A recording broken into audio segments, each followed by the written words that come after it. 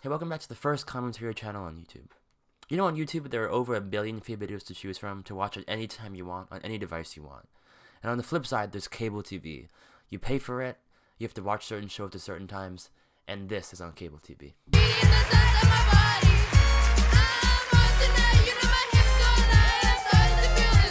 When I was growing up, I was a pretty avid TV watcher.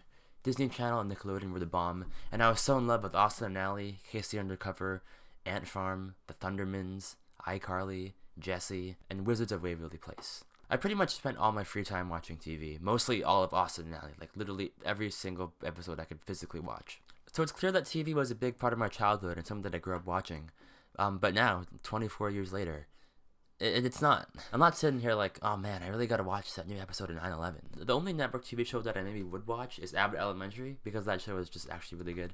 But for the past 2 seasons, I've been waiting for it to be on streaming so I can just binge it all at once. But shows that were previously on network TV have gained a huge audience on streaming. Like Suits got an immensely huge new following after it launched on Netflix, and of course The Office is constantly being discovered by new generations. And I think that's the cool thing about streaming, is that new audiences can experience it for the first time. So the big question is TV dying? TV is typically defined as linear, traditional programming, usually with commercials. And is it dying? I mean, yeah, kinda. I think definitely less people, especially young people, care less about linear TV. People have less of an urge to watch linear TV on a certain channel at a certain time, which is the only way you can watch it. And also, most of the shows on network TV aren't that good. There are so many shows in streaming that are just leaps and bounds more interesting to watch than Rudy Giuliani singing as a Jack in the Box. More, baby, before I am through. Talk shows have stayed fairly consistent insofar as being something to watch on network TV. For some reason, I've always been like a closet talk show fan, but I usually just watch like interviews or monologues on YouTube, which is interesting that I only watch it on YouTube and not on network TV. But talk shows are the thing that I could talk about for like 20 minutes unprompted. So let's take a closer look and talk about talk shows. Starting in daytime, the only show I really care about is The Kelly Clarkson Show. I've always been a huge Kelly supporter, and it's cool to see her killing it with a talk show and basically winning every Emmy ever for the show too. Her karaoke segment is probably the most popular thing that the show produces, but she'll occasionally have the viral interview or game moment. The show is set a 2023-2024 season high in national broadcasting syndication, averaging 1.439 million daily viewers for the week of December 4th, which is pretty great. The View and Sherry are also pretty big in daytime, but they're not Kelly Clarkson, so let's move on to late night. In late night, at 11:35 p.m., we got Jimmy, and Jimmy. Stephen Colbert is probably like the best in this bunch, like in terms of the show overall. His monologues are pretty great, and coming from The Daily Show and The Colbert Report, he knows what he's doing. And it's also the most watched by audiences. In December 2023, he topped the viewership chart with 1.88 million. Kimmel is probably the most middle-of-the-road talk show host for me. Like, he'll have the occasional, like, funny bit or segment or interview, but he doesn't, not much for me. But Kimmel had 1.68 million viewers. I don't know how to describe The Tonight Show, but Fallon probably has the most, like, modern or, like, with the times talk show. His show seems to be the most, like, digitally focused of all the shows, especially with his, like, the social accounts are pretty active on TikTok and Instagram and stuff. You either like him or hate him, love the show or hate the show, so one of the more polarizing shows for sure. And at 12:30, with James Corden gone from the carpool lane, that leaves Late Night with Seth Meyers. And Seth is probably my favorite talk show host and talk show in late night in general. His segments are super smart and funny, but he also leaves room to be fun and just wonderfully chaotic. In the pre-internet era, Johnny Carson could draw 10 million viewers a night. And as competition mounted, David Letterman drew 3 to 5 million viewers. Now today, all 11:30 p.m. stars, Colbert, Kimmel, and Fallon, draw 5 million combined. So yeah, late night is kind of on the decline, but they almost certainly like stick around because it's the best way for all companies, like entertainment ones, to promote their projects. Before the internet and social media, or even before like it blew up to the TikTok of it all, talk shows were the best way to hear from your favorite people in Hollywood. Like, without social media, there was no way to know what celebrities were up to. But now with TikTok and Instagram, we know every time and everywhere Dua Lipa is on vacation. But most of the talk shows have done a pretty good job at adapting to making good bits that work on YouTube. Like, all of Colbert, Kimmel, Myers, and Oliver's monologues cross over 1 million views on YouTube every day. And usually that's the same amount of viewership that they get on network TV for the entire show. So the shift to streaming and social media that people are choosing here is pretty clear. This has been a closer look. Another cable TV staple has been live sports. Since forever, TV has been the way to watch live sports from the NBA, NHL, NFL, and MLB. And much like watching other TV shows and events, it's like making an appointment to be at home and sit in front of your TV and watch the game. It's so much more convenient to watch a game at home or at a restaurant, rather than having to go downtown to watch a Canucks game for the first time, and you're filled with adrenaline and excitement, and you just can't wait to see them play. But instead, you watch them lose 5-1 to the LA Kings. NFL games made up 93% of the most watched TV programs last year. 93%. But look at this year's Super Bowl. It was the most watched telecast in history with 123.4 million viewers. And this year in particular, there have been a lot more eyeballs on the NFL this year, but I have no idea what or who could have caused that. How about the Taylor Swift arrival?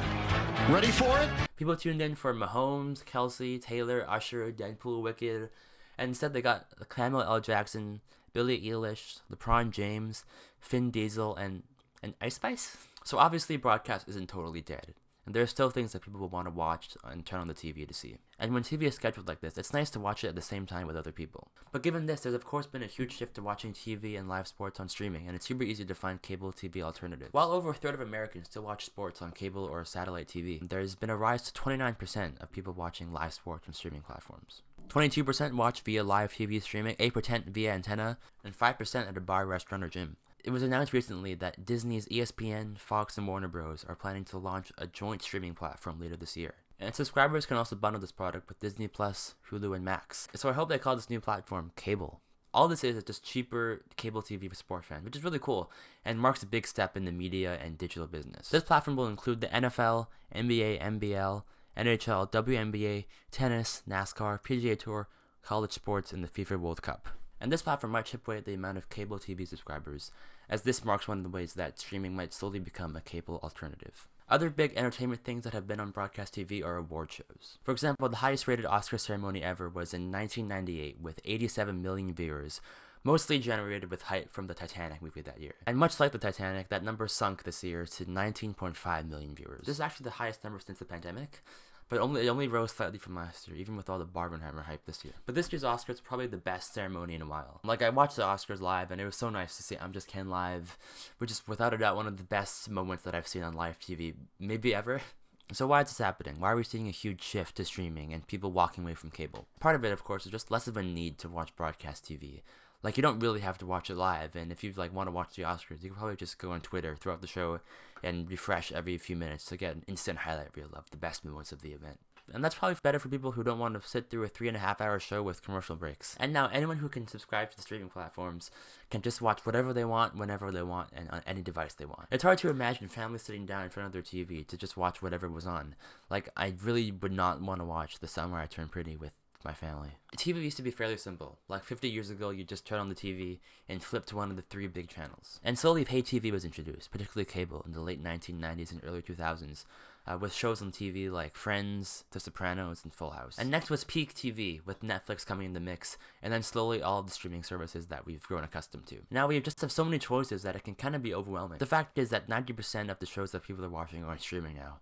And they're all very good shows, like The Bear, The Last of Us, The Summer I Turned Pretty, the Star Wars shows, The Beef. But the thing is, all the shows that I just mentioned are all on different streaming platforms. The sheer number of choices can be draining, and when you click on a show, you have this feeling of like, is this like the absolute best thing I could be watching right now? Netflix used to be the only option for streaming, and it had everything you wanted to watch. Just one service, no commercials. Now there are so many things spread across different platforms that it's hard for a show to gain like a huge following, like The Sopranos or Friends, because not everyone is going to have the same service. But even though there are so many shows to choose from, this past year, Hollywood made 14% less shows, which is the biggest drop in at least 15 years. There were a total of 516 shows that aired in America, and executives believe that number is going to drop even more this year. Last year, the actors and writers strike obviously halted production on scripted TV shows and slowed the release of new ones. And another strike might be on deck. Hollywood union leaders warned of the possibility of another strike this summer if the studios cannot reach a deal before new contracts expire on July 31st. This is led by a coalition of guilds representing technicians,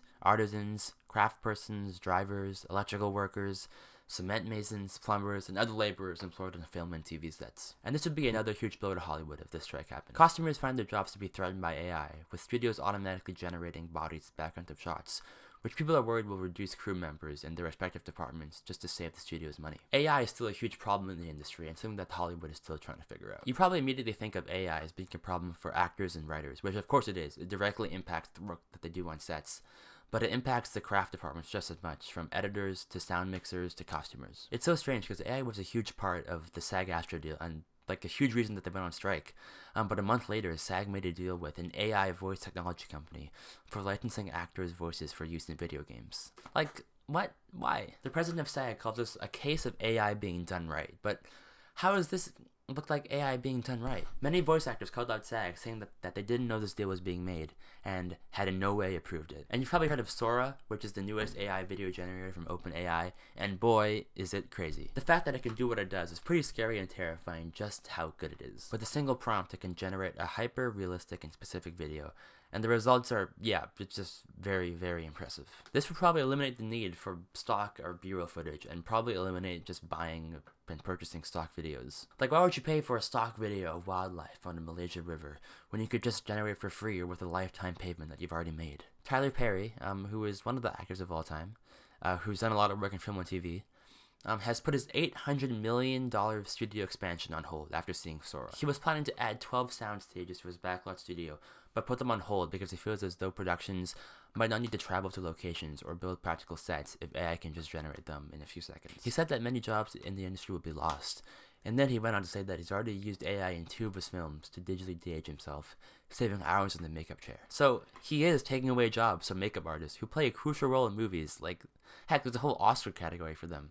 Look, AI is a difficult thing to navigate, not just in Hollywood, but in every industry. As AI continues to evolve and advance, there's more fear surrounding people's jobs that we've known for forever to be crucial and necessary. The studios have already started to use AI in their shows, and probably will continue to. Like, I don't think that, like, right now, AI could generate, like, an entire episode or a show, and people would be happy with it, or that it would be very good. But it is worrying that 204 positions in the entertainment industry will be affected by AI over the next few years. It's like they say, AI won't replace your job, but someone using AI will. You need 10,000 hours of anything you want to be an expert at. But with AI, it might take like 12 seconds maybe. AI is a huge concern, but that's just one of the things that's disrupting Hollywood. Who knows what the future of TV looks like, but for now, we got streaming, whatever's left of broadcast TV, and sports, and Canucks in the playoffs. Thanks for watching.